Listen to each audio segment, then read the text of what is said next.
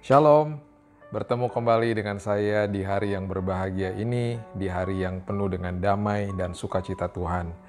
Kita sudah menyelesaikan eksposisi kita Mazmur 91 ayat 1 sampai ke 16. Mulai hari ini kita akan membahas Yakobus pasalnya yang pertama, ayatnya yang kedua sampai yang ke-8. Ayat yang kedua sampai ke-8 ini, perikop ini adalah perikop tentang iman dan hikmat. Berbicara soal ujian cobaan gitu ya, iman dan hikmat. Nah, yang saya mau bagikan kepada saudara adalah pengertian-pengertian ketika kita menghadapi situasi masalah seperti ini. Dan ini selalu kita hadapi kapan saja dan di mana saja. Ya, saudara, pada hari ini kita akan membahas ayatnya yang kedua dan ayat yang ketiga, dan firman Tuhan mengatakan begini. Saudara-saudaraku, anggaplah sebagai suatu kebahagiaan. Count it all joy, bahasa Inggrisnya. Ya, anggaplah sebagai suatu kebahagiaan. Joyful. Ya, kebahagiaan. Apabila kamu jatuh ke dalam berbagai-bagai pencobaan. Kata jatuh ini lebih tepatnya when you are faced, ketika saudara dan saya diperhadapkan dengan pencobaan. Ya, pencobaan. Ayat yang ketiga mengatakan, sebab kamu tahu bahwa ujian terhadap imanmu itu menghasilkan ketekunan. Oke, menghasilkan ketekunan. Di ayat yang kedua ada kata pencobaan, di ayatnya yang ketiga ada kata ujian. Oke, ini dua hal yang berbeda. Oke, dua hal yang berbeda. Nah, ini yang saya mau sampaikan kepada saudara. Ketika saudara menghadapi cobaan dan ujian. Ayat 2 mengatakan cobaan, ayat yang ketiga mengatakan ujian. Ini definisinya dulu, saudara ya. Definisi daripada cobaan adalah sesuatu yang diberikan oleh iblis. Ya, kemudian kalau yang namanya ujian itu sesuatu yang dibiarkan terjadi oleh Tuhan. Cobaan adalah begini pengertiannya. Cobaan adalah mengeluarkan kelemahan saudara, kemudian memakai kelemahan itu untuk menghancurkan saudara. Saya ulangi, cobaan yang iblis berikan adalah mengeluarkan kelemahan saudara, memakai kelemahan itu untuk menghancurkan saudara. Ya, yang namanya cobaan ini terjadi kapan saja, di mana saja, bahkan setiap hari. Yang namanya ujian itu juga terjadi setiap hari. Itu yang saya selalu katakan, ini dua-duanya namanya adalah sekolah kehidupan. Kalau ujian, itu yang Tuhan biarkan terjadi, mengeluarkan kelemahan saudara, memakai kelemahan itu untuk membuat saudara lebih baik. Beda ya. Cobaan yang iblis berikan adalah mengeluarkan kelemahan saudara, kemudian memakai kelemahan ini untuk menghancurkan saudara. Kalau ujian mengeluarkan, expose, mengeluarkan kelemahan saudara, kemudian memakai kelemahan ini untuk membuat saudara lebih baik, lebih baik, lebih baik. Nah, jadi sekarang begini. Kenapa Yakobus, adik daripada Yesus ini, mengeluarkan statement-statement ini? Karena dia tahu dalam kehidupan ini selalu ada ujian dan cobaan. Nah, sekarang kita tinggal memilih kegelapan yang ada di luar sana. Khususnya pada musim ini kita menghadapi virus, kita menghadapi ketakutan, kematian, dan lain sebagainya. Apakah ini akan saudara lihat dari perspektif saudara sebagai suatu cobaan atau suatu ujian? Kalau saudara melihat ketakutan ini dari sisi cobaan, saudara akan terekspos ketakutan saudara. Karena semua daripada kita pasti mengalami ketakutan dan kekhawatiran. Dan kemudian kita akan membiarkan dia memakai kelemahan itu, memakai ketakutan kita itu, untuk kemudian menghancurkan kita. Itu yang saya katakan dari hari-hari kemarin. Makanya banyak keluarga yang akhirnya ribut di dalam rumah, karena membiarkan kegelapan itu masuk ke dalam rumah. Kekhawatiran, ketakutan masuk ke dalam rumah, akhirnya komunikasi tidak beres, semuanya sikap di dalam rumah itu dipengaruhi sama apa yang terjadi di luar sana. sehingga terang itu tidak ada di dalam rumah. Karena apa? Yang mereka lihat dan mereka gambarkan dalam kehidupan mereka adalah ini semuanya adalah cobaan tanpa mereka sadar. Jadi akhirnya tereksposlah kelemahan mereka, dan akhirnya tanpa mereka sadari juga mereka akhirnya membiarkan kelemahan ini untuk menghancurkan hidup mereka. Beda ketika saudara melihat kesulitan, kesengsaraan di luar sana sebagai suatu ujian. Beda. Saudara akan menatap ini adalah kesempatan bagi saya supaya kelemahan saya terekspos, kelemahan-kelemahan saya dikeluarkan, dan akhirnya saya berpartneran dengan Tuhan memakai kelemahan-kelemahan ini untuk membuat saya lebih baik. Ini adalah kesempatan bagi saya masuk ke dalam sekolah kehidupan.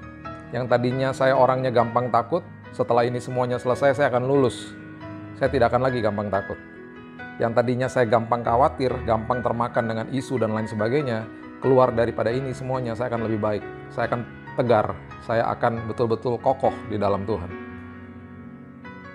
Ini yang dimaksudkan oleh Yakobus Yakobus 1 pasalnya yang kedua dan ketiga. Ada kata cobaan, ada kata ujian.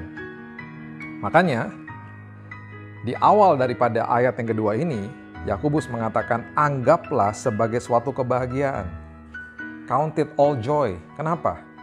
Bersukacitalah. Kenapa? Ini adalah kesempatan supaya kita belajar menghadapi kesulitan atau kesengsaraan hidup ini, dan kita belajar perspektif kita harus benar, kita belajar kebenaran, dan kita keluar sebagai pemenang. Anggaplah sebagai suatu kebahagiaan, count it all joy, karena ini adalah kesempatan bagi saudara dan saya masuk ke dalam sekolah kehidupan dan keluar sebagai pemenang. Naik kelas, lulus. Jadi makanya kita harus mengerti apapun kesengsaraan atau kesulitan yang ada di luar sana, merubah paradigma kita, merubah perspektif kita. Kalau iblis dia menawarkan ini bentuknya cobaan, kita akan katakan kepada diri kita sendiri, no, itu ujian bagi saya. Dia menawarkan, dia mengeluarkan kelemahan kita dan dia berusaha memakai kelemahan itu untuk menghancurkan kita, kita katakan no.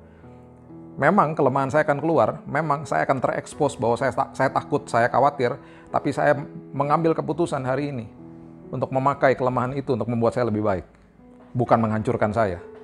Makanya ketika engkau memberikan cobaan, aku akan katakan itu ujian, bukan cobaan.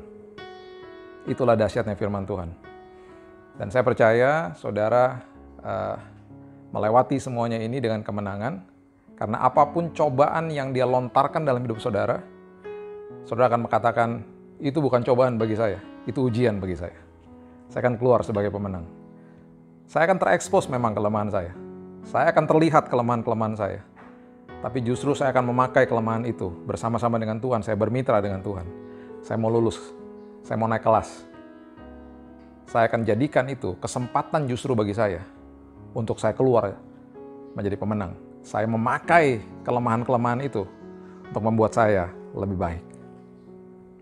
Makanya dikatakan, sebab kamu tahu bahwa ujian terhadap imanmu itu, kalau kita mengambil paradigma atau perspektif bahwa itu ujian terhadap iman, ya, cobaan juga terhadap iman, akhirnya keluar kata-kata ini. Ujian terhadap imanmu itu menghasilkan ketekunan. Ketekunan. Elemen daripada kata ketekunan di dalamnya itu ada pengertian sabar dan bertahan. Sabar dan bertahan, itulah ketekunan. Jadi ketika saudara masuk ke dalam pengertian ini, apapun yang kita sedang hadapi pada saat ini, bahkan nanti setelah selesai ini pasti akan ada cobaan yang iblis akan terus lontarkan dalam hidup saudara. Dan kita sudah makin pandai, dan kita akan katakan, no, bagi saya itu ujian. Karena betul, akan terekspos, akan kelihatan kelemahan-kelemahan saya. Tapi saya akan tahu bahwa saya akan memakai, dan ini adalah kesempatan bagi saya, memakai kelemahan itu untuk membuat karakter saya lebih baik, dan akan menghasilkan yang ayat yang ketiga katakan, ketekunan. Saya akan makin tekun. Kenapa? Karena saya akan makin sabar dan bertahan. Sabar dan bertahan. Iman kita justru akan bertumbuh, saudara. Iman kita akan terstimulasi ketika kita mengerti bahwa yang kita hadapi ini ujian, bukan cobaan, ujian. Kita merubah paradigma kita katakan kepada sang jahat, ini ujian, aku akan lulus, aku akan naik kelas. Dan kita akan lihat iman kita terstimulasi.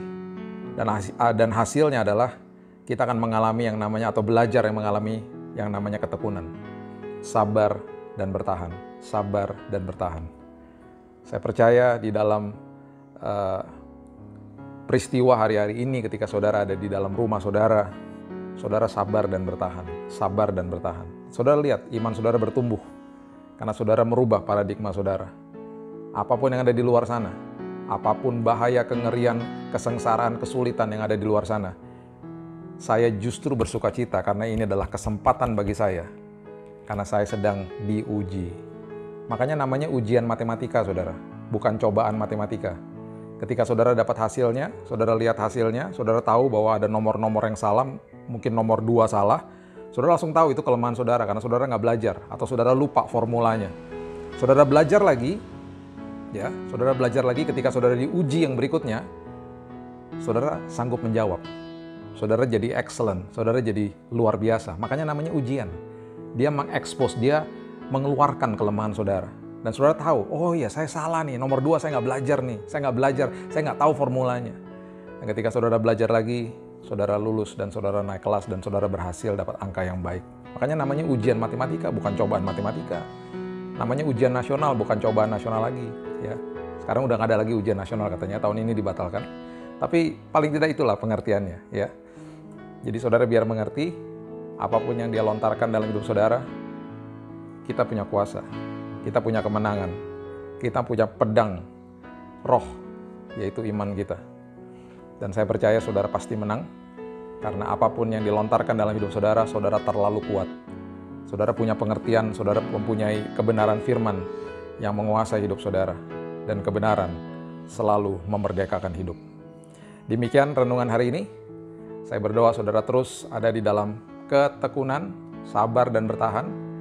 Dan saya percaya kita akan keluar dari ini semuanya penuh dengan kemenangan. Terus doakan bangsa kita, kota-kota kita. Dan saya percaya ada kemenangan demi kemenangan, kemuliaan demi kemuliaan yang dinyatakan oleh Tuhan. Shalom, God bless you.